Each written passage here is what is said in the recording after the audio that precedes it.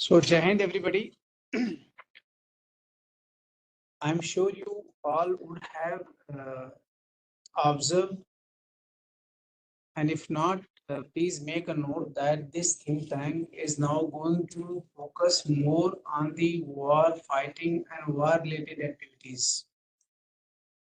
And in that series, we are going to get inputs to our audience as well as to the stakeholders, what has happened in the past from which we can learn lessons, what should be done in future so that our armed forces are able to do their responsibilities towards our national interests.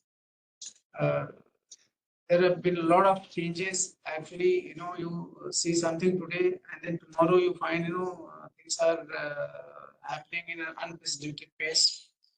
We have seen the regimes collapsing like never before. The moment US announced withdrawal from Afghanistan, it was in no time that Taliban took over Afghanistan. Same thing happened in Bangladesh in our neighborhood in August this year. Same thing would have seen in Syria. One can't comprehend that these kind of things would have happened, especially what happened in Bangladesh and Syria. Similarly, there have been a lot of things which have happened in our country, in our context. Siachen Glacier being part of India is one such saga and story. And we are very fortunate that we have Gen Sanjay Kulkarni with us, who was the main architect of this win and what India has got in terms of Siachen Glacier. I'm sure when the demarcation was done post 65 and 1971, and in both the cases it got limited to 9842. They could never visualize that a time will come when this area will be cause of major concern by both the countries.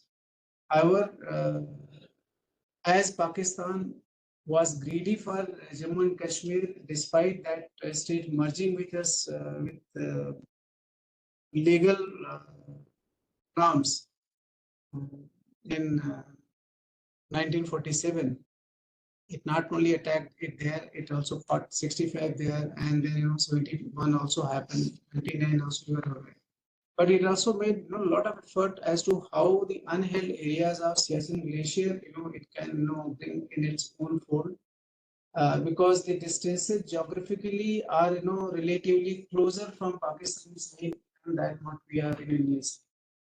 But my salute and respect to all the visionaries, and more than the visionaries, the people who have executed the kind of operations on ground, because of which Siachen Glacier is with us and it will continue to remain with us for times to come. And in its current form, this is not just a piece of ground which we have occupied. With its occupation, we also checkmate the growing contiguity geographically between China and Pakistan. Of course, due to Karakoram Highway and secession of Saxcom Valley to China in 1963 by Pakistan, the physical connect does exist. But with we being there, the kind of leverages which these two countries would have got, at least that much is not there. And in times to come, Siachen can be a major platform to my mind, despite the uh, altitude challenges, which can give a lot of options for India in future conflicts. So I will stop at that and request Ritika to introduce the speaker, and then I shall request the speaker to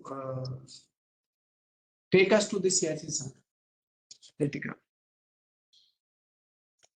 Thank you, sir. Good morning, everyone. Lieutenant General Sanjay Kulkarni, PVSM, AVSM, SC, SM, VSM retired, was commissioned in Fort Kumaon in 1977. Having done mandatory courses, he was detailed to lead Operation Make Dood on 13 April 1984. His team succeeded in occupying Billafon La, the main route of ingress to Siachen Glacier, by vertical envelopment, a daring operation never ever executed at such great heights, testing the last fragments of human endurance. Siachen, where great courage and fortitude is the norm, is under our occupation legitimately since then. The officer has commanded an RR battalion in CIOps and also in high altitude area of Arunachal Pradesh, where he commanded a battalion, a brigade, and a division along the LAC. He served as Chief of Staff of 14 Corps and of the Eastern Command. He is an alumnus of National Institute of Defense Studies, Tokyo, and of National Defense College, New Delhi. He retired as DG Infantry, also serving as a member of the Geographical Committee for Right Sizing of the Armed Forces. I invite Lt Gen Sanjay Kulkarni to give his talk.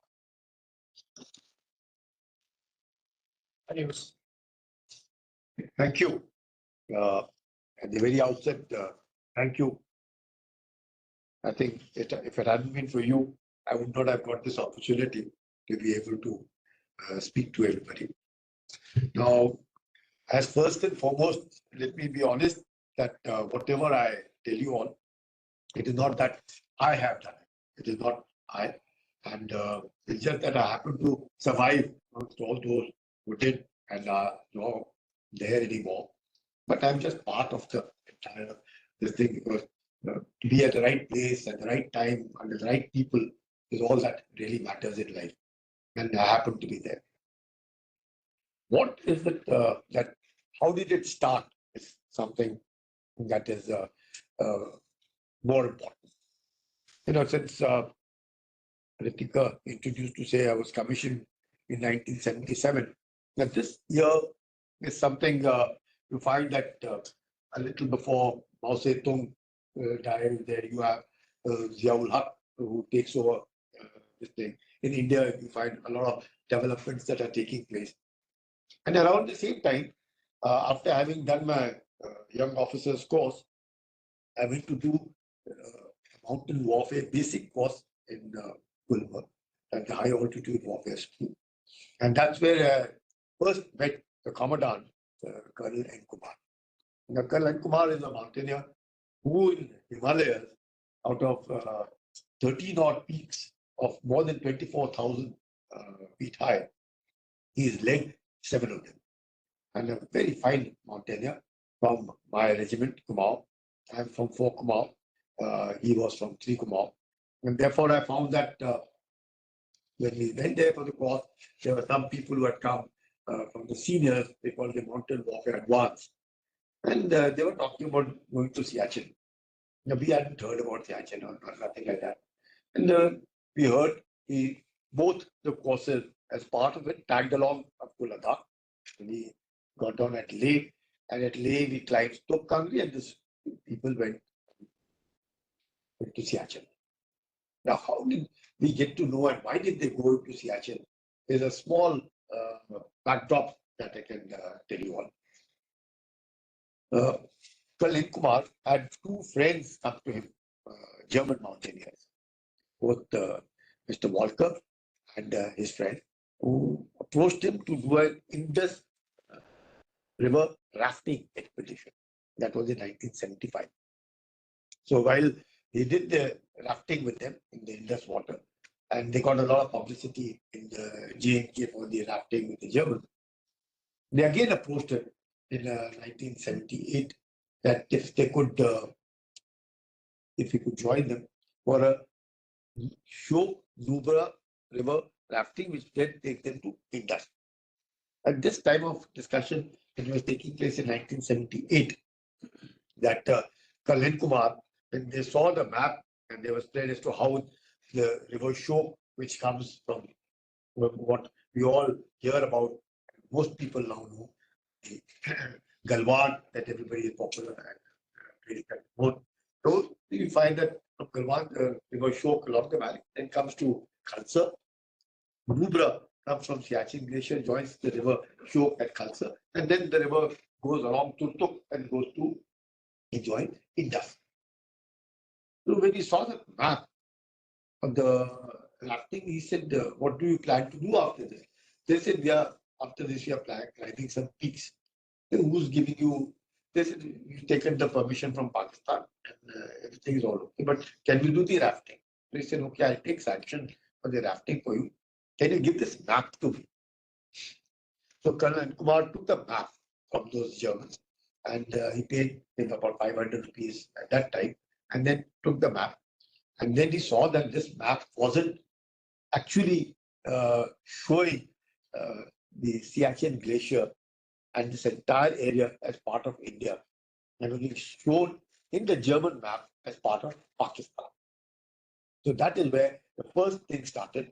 And since Colonel Kumar was a very senior man, at that time the chief was General Rainer, again from the Kamau regiment, and General Chimber, he was the DMO. Those days there were no DGMO. He used to be the Director of Military Operation. So he moved there and he told them that, look, the Germans have come to me. They want to do the rafting. And the map that they brought shows the entire area with the Pakistanis. And they intend to go subsequently also climbing. The sanction has come to them from Pakistan. How is it happening? So obviously the military operations branch over here also got alerted. General Chipper asked him as to what do you want to do. He said, I think I should go on to the Siachen region. So he was given a sanction. Now, in 1978 was the first time that Colonel N. Kumar with his team had went toward Siachen. Siachen, as part of it, was also being visited earlier by the, surveys, to go and do geological, all these survey teams used to go, and nothing was happening. But Pakistan was sponsoring the expeditions to Karakoram, which they would undertake from a place called Billafondla, and they would enter, do the expedition, and then. Now, this glacier, how it came to the light was, it's of course the highest battleground in the world. The temperatures will go down to -50 on a normal day, can go as low as sometimes -70 also. 76-kilometer long. Ends or starts, you can say, with Indra Col at height of around 20,000 is the Indra Col. About 2 to 8 odd kilometers wide. Absolutely about depth of that glacier would be anything about 300 meters. Has two prominent passes, the Billafondla and the Siala. Now, since it is 76-kilometer long, one of the, you could say that virtually the third pole is what they would refer to as. Billafondla comes in the center. To the south of it is Gyongla, which generally nobody went because it is very steep and very difficult area also. And to the north of it is Siala. And joining it is Sia Kangri. And Kangri is a snow-covered peak. And just to the east of it is a place called Indra Col. Now this Indra Col, and from where that glacier starts from, then area adjoining it is the Shaksgam Valley. Now the Shaksgam Valley, what the DG was referring to, is an area of approximately about 5,000 square kilometers, which was gifted by Pakistan to China in 1963 with a view to settle its boundaries. As we know that China has land boundaries with about 14 countries, it hasn't settled boundary dispute with just two, India and Bhutan. The rest of it had settled. And with Pakistan, it settled when Pakistan gave the Shaksgam Valley to China. Now, this Shaksgam Valley is adjoining the Siachen Glacier. Now, since when you stand on top of Indra Col, you can see the valley right down below the Shaksgam Valley. If you climb these features, then Kangri 1, 2, and all this entire mountainous paradise, you can see the Shaksgam Valley. So when this Shaksgam Valley was gifted by Pakistan to China in 1963, just as a matter of interest, when this thing was gifted, and with it, Chaman Lai with Ayub Khan settled the thing. Ayub Khan at that point of time thought that if China could virtually do what it has done to India in 1962, it would be better that he gift the valley and settle it, which is adjoining Gilgit-Baltistan and the entire area of Jammu and Kashmir.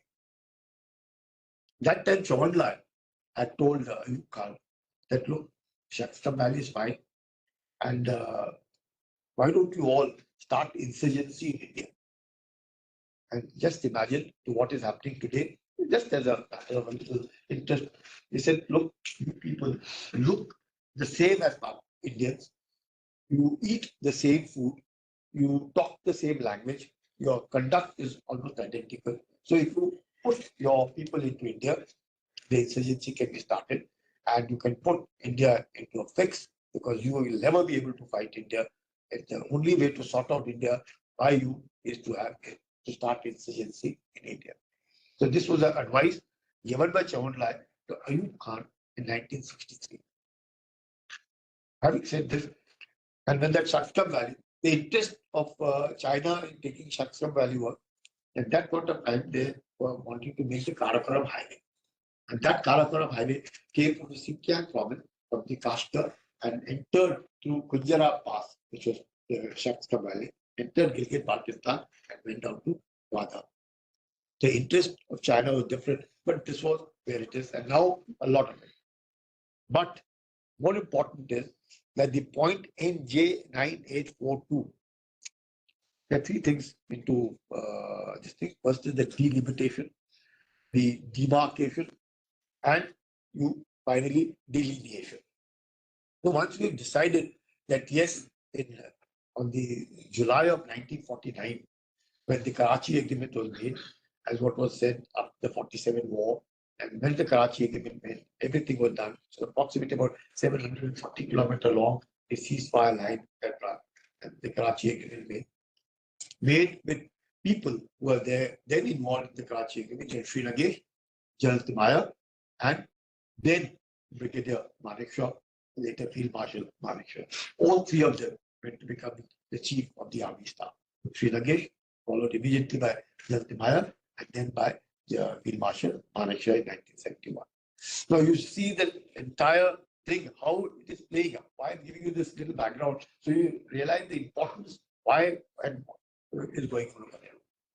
The Americans at this point of time, because Pakistan was part of CENTO and CETO, Hudson was the person who, as part of their survey, decided to join NJ9842 with the Karakoram Pass. Now, the moment you join in the mountains, you have a straight line. That means you have a last demarcation line for the NJ9842. The Karachi Agreement stated very clearly, point NJ9842, then northward towards the glacier. That is the word of in the Karachi Agreement. Now, north towards the glacier actually meant going along the Saltoro ridgeline and going towards the world's second highest peak called the K2. So if you stand at Siala, you can see the K2, the second highest peak in the world, right in front of you. So it was a line which was to go from NJ9842 and go along and join the K2 or Siakangri or in that direction. But what did the Americans do, or God only knows who did, but from NJ9842, they joined the line straight to Karakoram Pass. Moment the straight line went to Karakoram Pass, this entire area of Siachen became part of Pakistan inadvertently, and what is called as a cartographic aggression. Now, when this becomes inadvertently cartographic aggression, what it resulted? Surveys were going on. Pakistan decided that it would sponsor. In 1972, when the Simla Agreement was signed, and when the Karachi Agreement called it the ceasefire line, the Simla Agreement called it the line of control. And when the line of control came, the demarcation of NJ9842 was there, but unfortunately, or as what it would be, it was silent on the word thence northwards to the glacier. So it terminated at NJ9842, but the main agreement was the Karachi Agreement, which was specifically clear that it will go to NJ9842, thence northward to the glacier. Mr. Hudson, as part of the US survey, joined it. We call it the ADIZ. That means Air Defense Information Zone. It is for pilots, for air traffic control, to be able to know that the aircrafts are now moving from one country to the other country, with the view to changing your codes, everything. So it is with that purpose, the ADIZ is made. When all this was going on, In the background, Colonel N. Kumar was part of the commandant in the year in 1978. He decided to undertake the mission to Siachen with the course of the mountain warfare advance with the permission from the army headquarters because it involved a lot of logistics. And logistics at those days, it would have cost them something like 10 lakhs to undertake a mission like this. So when they did it, the Pakistanis flew their fighter aircrafts over there at that time in 1978, trying to show that you people have entered an area which supposedly ours. But it is all quiet, nobody is saying anything, but it is all happening on ground. When did they first say that this area belonged to them for the first time? Was in 1983. Before that, Pakistan was absolutely quiet. India hadn't shown any this thing. So 1978, we went there. We went there in 1981, which was a mission undertaken by Colonel N. Kumar himself. He said before he wanted to retire he wanted to go to Siachen Glacier. So he took another in 1981. In 1982, again a mission went as part of IBEX, and again in 1983 as of Polar Bear, and again in 1984 as of Mengdut on 13th of April 1984. Since I was from Folkmore, we were in Dehradun, and we moved after doing the course to Kargil, and it was part of the advance party. And since it was part of the advance party, I was told to go to Batalik and take over. From Batalik, we were told, no, now you have to move to Turtuk. Now, Turtuk is an area which was occupied by India in 1971. Now, this NJ9842 and Turtuk connection, that the Turtuk, which otherwise till 1971 was part of Pakistan, part of Gilgit, now has become part of India, and therefore the ceasefire line, when we got converted into LOC, a lot of this area came in, but NJ9842, which was demarcated, but not delineated from that point of view. Nobody went on ground beyond to say that's northward. Nobody went there. They said this is an area. The AG942 demarcated, all of them were signed. It continued to be so in 1972 with same line. So as part of this 1982, since I was there and Ladakh scouts were there, I went to see what the glacier is all about. It was in 1982. In 1983, I was lucky. I was told that please lead LRP, long range patrol, to Siachen Glacier, and we had to be on the glacier for a period of about 2 months or so. That was a part of our Polar Bear. So Polar Bear 1.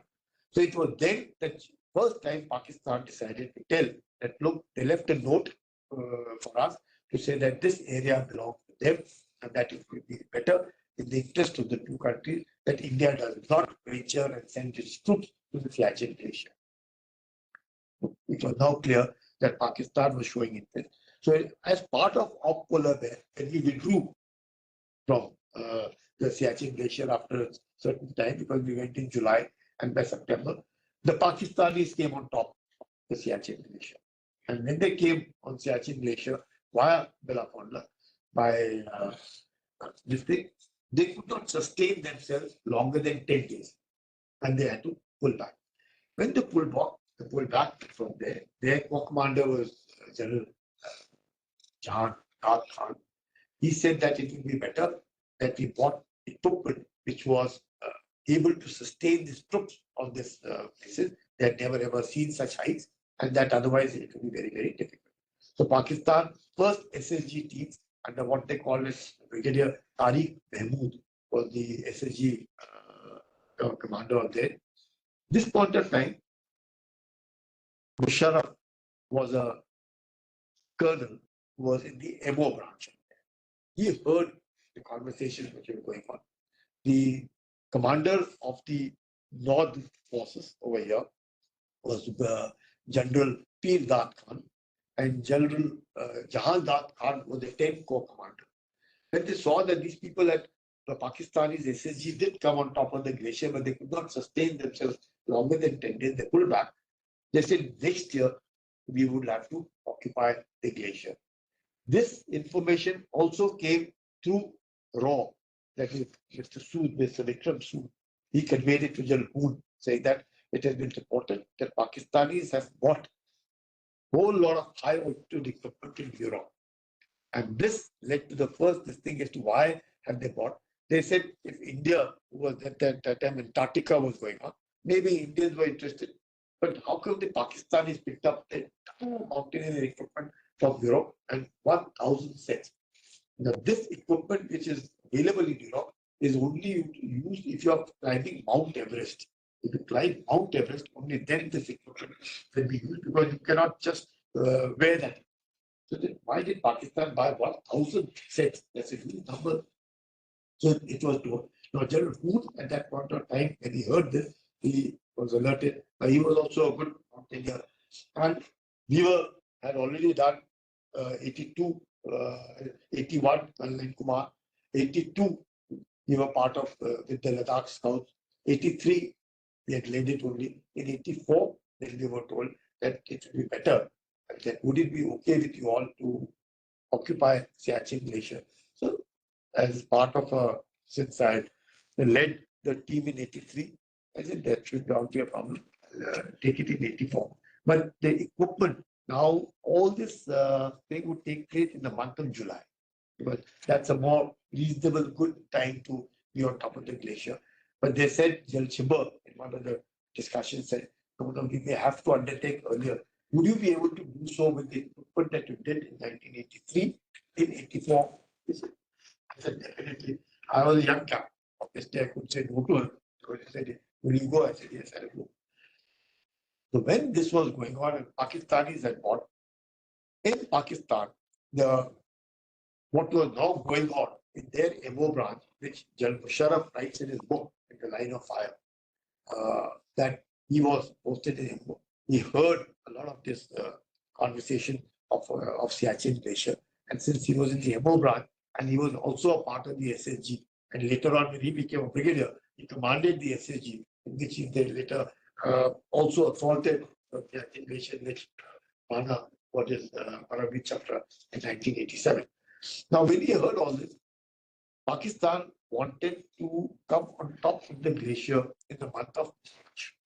Now, for which the equipment was already purchased by them by the first week of January. So 1,000 sets of mountaineering equipment was bought by Pakistan and were ready for launching in March. When the discussion in the ops room took place, General Jawad Khan told them that, look, you people could not sustain yourself in the month of September, October, and after 10 days you pull back, how do you expect that in March to be done? So they said, then which is the more time? So they said it will take about 30th of April. So it was decided that Pakistan will launch its operations on 30th of April. Finally, General Pirzad Khan was the northern commander, force commander over there of this northern area. So he said 1st May. So the day decided was 1st May by Pakistan. All of it has been disclosed by Musharraf in his book. If somebody reads that book, In the Line of Fire, he has mentioned it, how it came on the 1st of May. Now, we didn't know that they were to launch their operations on the 1st of May.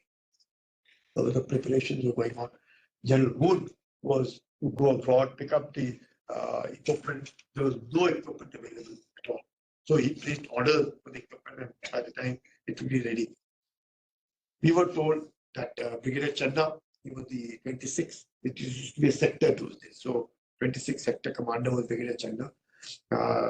General Sharma was the 3-day GOC. General Hood was the GOC 15 Corps. Those days there was no 14 Corps. All of it came under 15 Corps. And General Chimba was the army commander.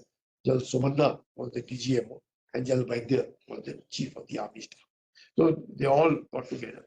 And when this planning was done, they went to Mrs. Gandhi and said that this is what Pakis have done, this is what is happening, and we intend to occupy. Same time in Punjab, a lot of activity was going on. Pakistan, General Ziaul Haq had been briefed. So General Ziaul Haq said, put the pressure on India in Punjab so that we can do what we want to do in Siachen Glacier. Otherwise, it will be very difficult.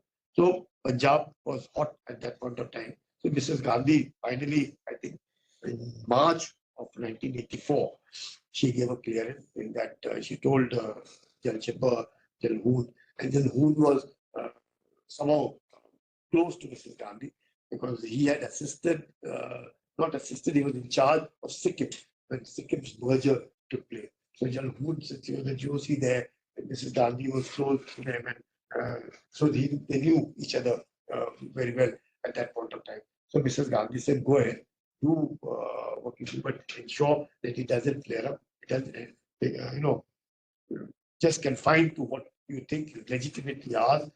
Just take that what belongs to us and see to it that it confines itself. Because Punjab was eating. Just a little before these operations took place, squad leader Rakesh Sharma, he was up in this space, and Mrs. Gandhi had done that thing in 1984. Asked, how do you see India? He said, "Sare yahan se acha Hindustan hamara." His space, with the Russians on. So all this was going on. We were preparing ourselves to occupy Siachen Glacier, and we were told that we have to go. Date was given as 13th April 1980. So why was 13th April decided? Everybody said, "Tera tarikh le liya, unlucky hai, kya tarikh liya tera?" Brigadier Channa, the commander, he said, "Tera is Baisakhi. It's supposed to be the most auspicious, and it's a new year for India. And even in Pakistan, they celebrate Baisakhi. It's a little lull and we'll go on." So how to go and occupy this equipment, foreign equipment, and it came to us on the 12th of April, 1984 at 5 o'clock in the evening. You can imagine, next day we have to launch operation, which is coming to us on 12th of April at 5 o'clock. Anyway, we all dressed up everything. Day before the recce was done, there were 2-3 things that we were told. First, radio silence. And there will be total radio silence for at least minimum 5 days. Not for any reason. The moment you open up radio, says Pakistan will get hit. Because Pakistan, if it was to launch operations on the 1st of May, they would have already assembled at Skardu. They would already at Kapalu. They would already be there to launch their operations on top. Now, Siachen, like the DG brought out very nicely, that it is easily accessible from Pakistan side within 1 day. Again, Musharraf writes that in his book because he had been driving on the Karakoram highway and he was absolutely fascinated. He said climbing Soltoro from their side, coming right down below, they could come in their jeeps, then they would climb up the Soltoro ridgeline. But Pakistan is nowhere near the Siachen Glacier. The Soltoro ridgeline comes as part of the Karakoram ranges, and distinctly between the Karakoram range and the Ladakh range, the Soltoro ridgeline is the Siachen Glacier. Distinct Karakoram is black. You can see the black mountain, and this side is slightly yellowish, brownish, light color. You can see, and between the two is the 76-kilometer long glacier. So at this point of time, when the operations were to be launched, it is 5 days of radio silence. Everybody will be very good. And we were told that we would be taken in helicopters and dropped at Belafondla, dropped at Siala. One more battalion from Crew, a place called Sri Lanka, 19 Kumau, was told that as part of the acclimatization training, they'll walk down from Crew, cross Zozila, and be a battalion in reserve should something happen. So they moved there. We were at Turtuk, which was just adjoining over there. So one company of Kumau, one company of Ladakh Scouts. These are the two troops available at that point of time, and we decided that we would launch operation with 30 people to occupy Belafondla, another 30 to occupy Siala. So on the 12th, this equipment came. On the 13th of April 1984 in the morning, this Air Force, that time there was no aviation. We did not have our own aviation, so we were dependent on the Air Force. So the Air Force helicopters and the cheetah, everything, they came at the base camp, and we were to fly in the morning. First, we were to occupy Belafondla, and the same set of helicopters, after doing 30 sorties for dropping troops at Belafondla, 30 of them in number. They were to now, the same choppers were to be used to drop Ladakh Scouts at Siala. The company commander for Kumau was Major Sandhu, and of that of Ladakh Scouts was Major Bhaugula. So these were the two company commanders. Under Kumau, under Major Sandhu, there were 3 platoon commanders. I was one to occupy Belafondla. Yet another Kulkarni was to be as a platoon behind me at the patrol base, short of Belafondla. And yet another Lieutenant Gusari was to occupy three base camps, Camp 1, Camp 2, and Camp 3. Similarly, the Dark Scouts were tasked to occupy Camp 4, Camp 5, and Camp 6, and then they would occupy Siachen. But as luck would have it, on the 13th of April, in the morning at 5 o'clock, we all were taken off and we land. Now, I was familiar with Siachen Glacier, having done it seen it in 82, having been part of it in 83. And in 83, when we were there, we found some wrappers, soda wrappers at Billapon. Why it came to my this thing was General Rawat, who later was the CDS. His father was there as part of 15 Corps. And his father had also, General Rawat, had commanded 19 Dev, and Bipin also commanded 19 Dev later. So his father came and I gave a report on the radio set in 83, saying that I found some soda wrappers on top of Belafangla. I don't know. And the markings looked like Chinese. When we were youngsters, we could not distinguish. So your script, dikta hai, wo sab Chinese type dikta hai. Then he came immediately the next day. He flew in. He said, "Kya hua? Kya kahan pe mila ye wo?" So it was confirmed that the Pakistan was sponsoring expedition. Later on, we were told that they were not Chinese rappers; they were Japanese rappers. So the Japanese script and the Chinese script are virtually identical. So it's very difficult for us at that point of time to identify. Yeah, but anyway, they found out that the Japanese. So the Japanese expedition, led by a liaison officer of Pakistan, had come to this Siachen Glacier from Belafangla. So 84, the choppers were ready. I was in the first chopper, and there were two choppers which took off at the same time. There were two of my boys from my battalion. They were in one chopper, and I was in one along with my radio operator. Radio silence was given. Everything was done. We took off in the morning at 5 o'clock. Normal commanders coming there and giving me the little, what's that, prashad? Chini wala, sabko diya. And he said, "Well done, carry on." Basically, was my radio operator on London. And this thing. So we approached Belafangla. Then it was absolutely clear. Blue sky. Perfect. No problem whatsoever. But somehow, the pilot told me that we will not land. I said, "You won't land." Wow, what are we going to do? He said, "You jump." I said, "I jumped from the helicopter, not a problem, I jump." But I said, if I jump, and there are so many crevices, the entire area is crevice. Crevices are deep. You can't make out from the top as to what it is all about. It might have a thin layer, but if you jump, you just might go down. So the pilot told me, "You jump." I said, "Look, I'll jump. That's not a problem. But it should not so happen that my jumping creates a problem. We have come here to occupy Siachen Glacier, and I go in and the rescue mission starts, then the whole thing will be off. And in any case, it's supposed to be radio silence. However, Pakistanis are very close. Then come to know." So he says, why I wanted to jump is once you jump, because when these helicopters come, a whiteout takes place. There's so much of loose snow, it throws up. So the chopper pilots get disoriented. So he said that first one we jump and then we'll see something. I said, "Okay, I'll jump." I said, "Do one thing. There's a small, aate ka bori with me, which is just below my seat. I will throw that from the top and we'll see how deep does it go. If it goes very deep, then we'll look for some other place. But otherwise, if it remains on top, that means there's no problem, I'll jump." So he said, we threw it, and I saw it was on the top surface of the snow. I said, "Don't worry, now you hover, I will jump." So you hover, I jump. The moment I jumped, I found that it was, so it took me a minute or two for, that time to do it breathless. Then the chopper landed. He was hovering. The second chopper had two of my boys in it. So they had also come with me in 1983. So we were all familiar with the area. So there was nothing that we were in an alien land or we didn't know something. We didn't. So these boys landed over there. The radio operator landed. And then in about half an hour, the radio operator said, "I'm not feeling well." So we said, "What happened? You've been trained with us for so long." He said, "I just can't breathe. I'm finding it extremely difficult." So the next chopper that came, he left his radio, he was evacuated. So we had a radio set without the operator.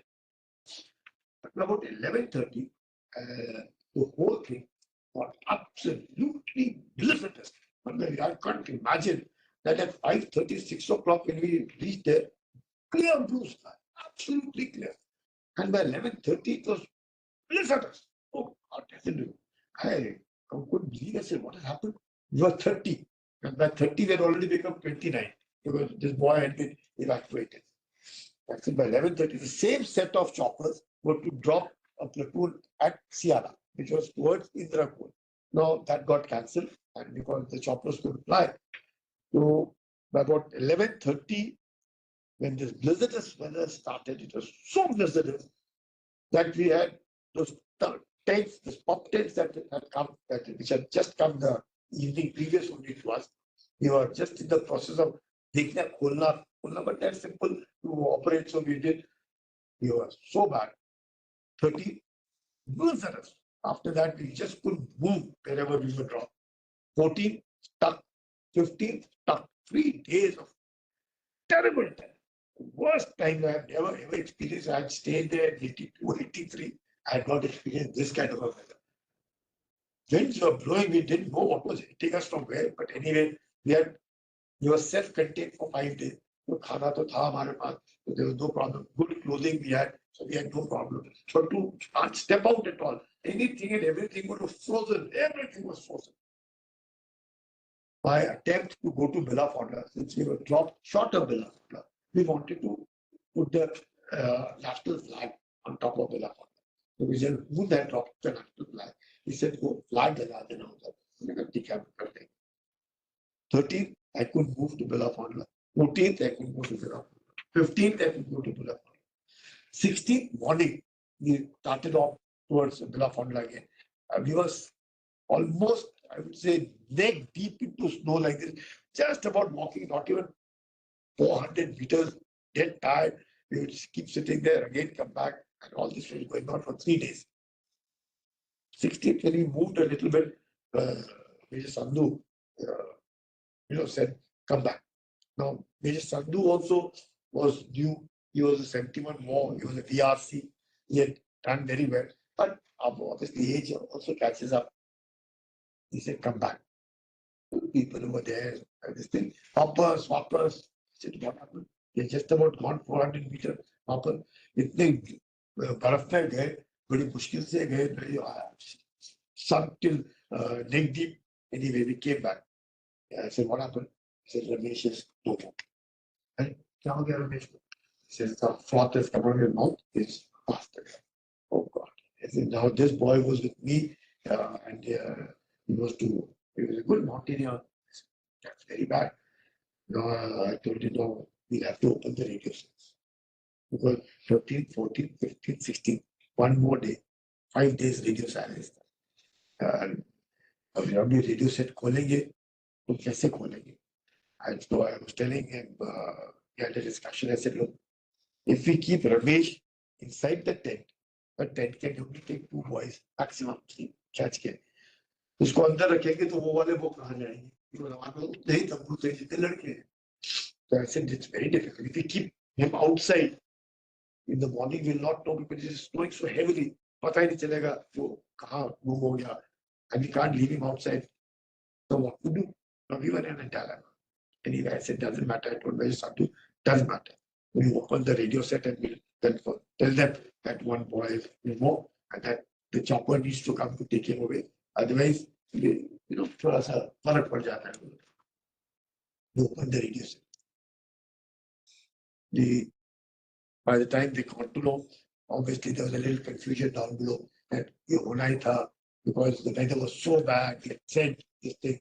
Brigadier Channa kept his cool. He said, well, this is part of operation. This thing doesn't matter. You won't believe. The moment we opened the radio set and informed that Ramesh is no more. And then we started off. I told Major Sandhu that I'll keep moving towards Belafonda. The moment that touched Belafonda, the Pakistani helicopter right on. I'm walking out the Belafonda and the Pakistani helicopter. Now heights over there are 18,000, 15,000, 16,000. That's great height. The helicopter also has a limit of flying. It cannot fly unlimited heights. So it is almost hugging the Billafonder retired. And I saw on the pilot's eye, the pilot also saw. So he thought, ये तो हिंदुस्तानी तो इधर आ गए. So he took a U-turn and he left. The moment he took a U-turn and he left on the 16th of it, we planted the national flag, and then now by the race had started. Same day, the weather cleared up. The Siala platoon then went up, and the Siala platoon was dropped. They occupied Siala, and then Siala and Billafonder. Now, again, this part is covered in Musharraf's own book, In the Line of Fire. This is India preempted Pakistan. Now, it was this in his mind that subsequently in 1990, he launched Kargil.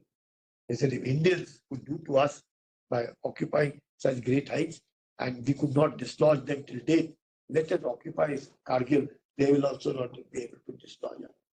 Now, this was going on in the mind of Ziaullah. Ziaullah, when he was the chief for the first time during 84, he was the chief of the army staff in Pakistan. So he had this plan of various things of which Musharraf was privy to, as he was in the MO. So he knew what plans of Kargil were there, what plans of Siachen. And so Siachen, they felt very bad that they had lost. So Siala occupied, Billafonder. So they attempted to now come toward Gyeongla, which was more closer to the base camp. And that is where 19 Kumaon, which had been brought in as reserve battalion, they occupied Gyeongla. So in their occupation of Gyeongla, which they did it sometime in May, they lost 19 people to an avalanche. The one officer and 18 men died in an avalanche occupying that Gyeongla. In Billafonder, since 1617, our first shot got fired with the Pakistanis was the 23rd of April, 1984. And the first fight that we had when they came for occupation of Billafonder was the 23rd of June, 1984. The first fight that really took place, when I lost one boy, Chanchal, and two of them were injured. One on the hand, and the other on the leg. And again, it was very, I must say, our troops are, how alert they are. We had a very nice system that anybody who stayed there, that every 1 hour, they would come and report to me. Ram Ram, Satyakal, Jai Hind, whatever be your this thing, that you must come and report to me whole day, 24 hours. You must come and tell me whether we move at night and this thing, that all okay or not. So on the 23rd of June, on 22nd of June, these the patrol party in the morning at 4 o'clock came to me and he said, "Now, Dushman." I said, "Dushman? Dushman कहाँ से आ गए?"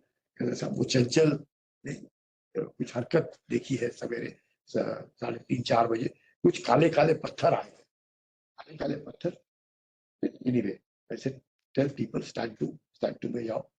Moment it was first light and Pakistani saw that we were all moving into our trenches, they're watching what we call it over there, the HMG. From there they saw, and the first shot was fired on Chanchal's head, and Chanchal was shot dead at the very first. But anyway, we had occupied, and the firefight started. We had zoos with us, we had Gradpeas with us, we had SAMs with us, and of course we had our own instrument available from water. But the fight took place. The Pakistanis could not come anywhere close. They lost very heavily at Billafonder, and that was in 84. And that was the place of action, which remains so also.